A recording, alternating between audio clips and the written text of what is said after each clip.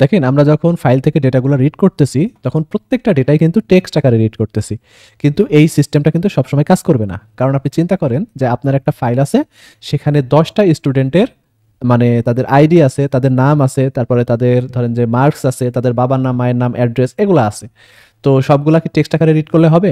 হবে না, কারণ মার্কস হইতে পারে ফ্লোট, তাই না? তারপরে তার আইডি হইতে পারে ইন্টিজার, আর অ্যাড্রেস, বাবার নাম, মায়ের নাম, এগুলা স্ট্রিং। তো যে যেভাবে ডেটাটা আছে তো সেইভাবেই আমাদেরকে রিড করতে হবে, তাই না? তো ডেটাগুলো কিভাবে আছে? তারা নির্দিষ্ট একটা ফরম্যাটে আছে, কেউ ইন্টিজার আকারে, কেউ ফ্লোট আকারে, কেউ স্ট্রিং আকারে। তো এই ডেটাগুলোকে বলা হয় আসলে ফরম্যাটেড ডেটা। আর আপনাকে ওই ফরম্যাট ঠিক রেখেই রিড করতে হবে, এরকম কিন্তু প্রয়োজন হইতে পারে, তাই না? তো এরকম আরেকটা উদাহরণ দিতে পারি, সেটা হচ্ছে ধরেন যে 2টা কলামে বিভিন্ন সংখ্যা আছে, আপনি চাচ্ছেন করেসপন্ডিং প্রত্যেকটা সংখ্যা যোগ করে তাদের সামটা বের করতে। তাহলে আপনি বুঝতেই পারছেন তারা আছে তো টেক্সট আকারে ফাইলে, কোনো সমস্যা নাই, কিন্তু তাদেরকে রিড করতে হবে কিভাবে? As a number, right? হতে পারে ইন্টিজার অথবা ফ্লোট, যাই হোক না কেন নাম্বার হিসাবে রিড করতে হবে, তাদেরকে টেক্সট আকারে রিড করা যাবে না। টেক্সট আকারে রিড করলে তার সাম বের করতে পারবেন না।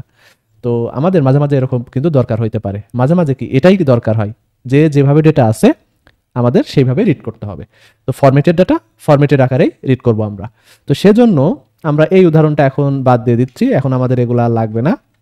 আমি নতুন করে ডেটা নিয়ে নিচ্ছি, ধরেন যে 2 তারপর স্পেস 3। তো নাম্বারগুলো জেনারেলি কি হয়, স্পেস দিয়ে সেপারেটেড থাকে।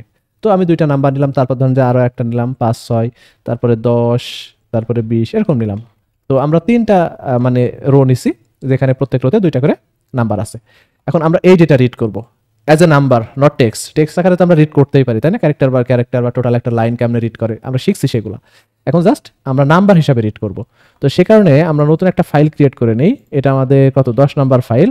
এটা হচ্ছে কি বলে এটাকে, read formatted data, formatted data dot C. তারপরে আমাদের বেসিক যে কোডটা আছে সেই কোডটুকু আমরা একটু কপি করে নিয়ে আসি, কপি করে জাস্ট এখানে পেস্ট করে দিলাম। আমাদের এত এই জিনিসগুলো লাগতেছে না, যেগুলো লাগবে না সেগুলো রিমুভ করে দিচ্ছি, আমাদের বেসিক স্ট্রাকচার ঠিক থাকলেই হবে। ওকে, খেয়াল করেন এখানে আমাদের লজিকটা লিখতে হবে, তাই না? তো যেটা বলতেছিলাম, আমাদের রিড করতে হবে অ্যাজ এ ফরম্যাটেড ডেটা আকারে, এবং এই ফরম্যাটেড আকারে রিড করার জন্য কিন্তু ফাংশন রয়েছে, যেটাকে বলা হয় এফ স্ক্যানএফ।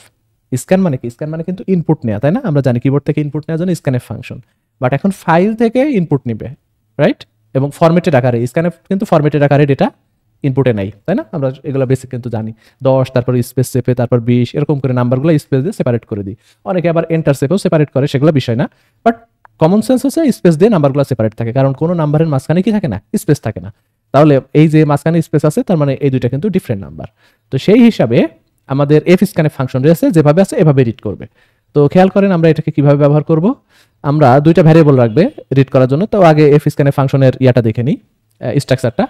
তো এফ স্ক্যানএফ, তারপরে এর স্ট্রাকচার আপনি দেখলেই বুঝবেন, এটা হচ্ছে প্রথমে ফাইল পয়েন্টার নেই, তারপরে constant character pointer restrict format, তার মানে ফরম্যাট স্পেসিফায়ারগুলো নেই, আর কি নাই, আর কিছু নেয় না। তারপরে হচ্ছে ডান পাশে কি নাই, ওই ফরম্যাট স্পেসিফায়ারের রেসপেক্টে ভ্যারিয়েবলগুলো নাই।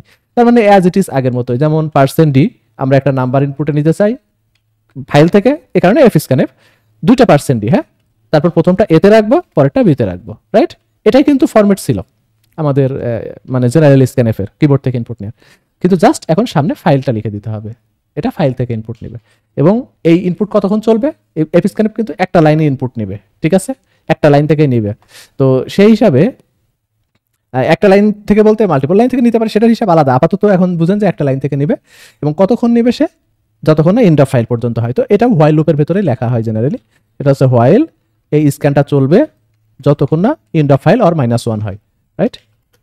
তারপরে কি হবে, আমরা জাস্ট প্রিন্ট করব, প্রিন্টে %d, তারপরে আমরা ট্যাব দিয়ে সেপারেট করে দিলাম %d, লাস্টে \n নিয়ে আসলাম, আর এখানে আমাদের এ বি। তার মানে আমরা রিড করতেছি ফাইল থেকে, তাই না? এবং এ বিতে রাখতেছি, আর কি করতেছি সেটা প্রিন্ট করতেছি কতক্ষণ পর্যন্ত, এন্ড অফ ফাইল পর্যন্ত। তার মানে প্রত্যেকটা রোই কিন্তু রিড হবে। তো আমাদের 2টা ভ্যারিয়েবল ডিক্লেয়ার করছি আমরা, এই 2টা ভ্যারিয়েবল এখানে ডিক্লেয়ার করে দিই, তাহলে কাজ হয়ে যাবে। তো দেখেন আমাদের কোনো ইরর টিরর নাই। এখন আমাদের জাস্ট কোডটাকে কম্পাইল করতে হবে। তো প্রথমে আমাদের সিডি ফাইল হ্যান্ডেলিং, তারপরে জিসিসি 10, ওকে, দেন রান। দেখেন অ্যাজ ইট ইজ 2 3 5 6 10 20। তো এখন বুঝতে পারছেন তাহলে ফরম্যাটেড মানে ডেটা কিভাবে রিড করতে হয়। এখন আমরা কিন্তু এই দুইটার সাম বের করতে পারবো। তো আমি এখন এখানে এরকম না দিয়ে এটা মাঝখানে প্লাস দিলাম, ইকুয়াল টু দিলাম, তারপর আবার পার্সেন্ট ডি, আর এইখানে প্রিন্ট হবে এ প্লাস বি, রাইট? তাহলে দুইটা সংখ্যা আর তাদের যোগফল ইকুয়াল দিয়ে থাকবে।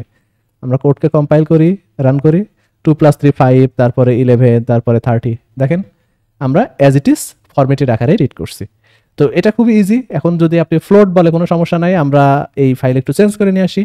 2 3, তারপরে ধরেন যে 20.3, তারপরে হচ্ছে কত 4.5, তারপর 9.8, পরেরটা ফ্লোট। আমরা কি করব, এই সবগুলা যোগ করব, এরকম টাইপ করতে পারি। তো সেজন্য এ বি, তারপরে হচ্ছে সি দিলাম ওইটার নাম, পরেরটা সি রিড হবে, আর এখানে এ বি প্লাস আর একটা সি, তিনটারে যোগফল। আর যেহেতু ফ্লোট আছে তাহলে এখন কিন্তু কি হয়ে যাবে, ফ্লোট হয়ে যাবে, তাই না? কারণ পয়েন্ট আছে, তো দুইটা ইন্টিজার হলো আর একটা তো ফ্লোট। আর এটা তো অফকোর্স কি হবে, এফ হবে, ফ্লোট। আর এখানেও একটা পার্সেন্ট এফ হবে। ওকে, আর রেজাল্ট যেটা সেটা তো ফ্লোট হবে, সেটা আমি 3 ঘর দিচ্ছি, 0.3। ওকে, তাহলে এ প্লাস বি, এটা সি, তারপর A plus B plus C, right? ও সি তো ছিল ফ্লোট, তাহলে এটা ওই লাইনে দেওয়া যাবে না, আমাদের আলাদা লাইনে ডিক্লেয়ার করতে হবে। তাহলে প্রথম দুইটা ইন্টিজার, পরেরটা ফ্লোট। তো percent D, percent F, A B C, C float, তো পার্সেন্ট এফ, তারপরে আবারও এ বি সি হচ্ছে পার্সেন্ট এফ, আর সামটা অবশ্যই ফ্লোট হবে। তো 3 ঘর পর্যন্ত নিছি, এ বি সি আর A plus B plus C, right? তো এখন আমাদের কোডটাকে জাস্ট কম্পাইল করব, রান করব।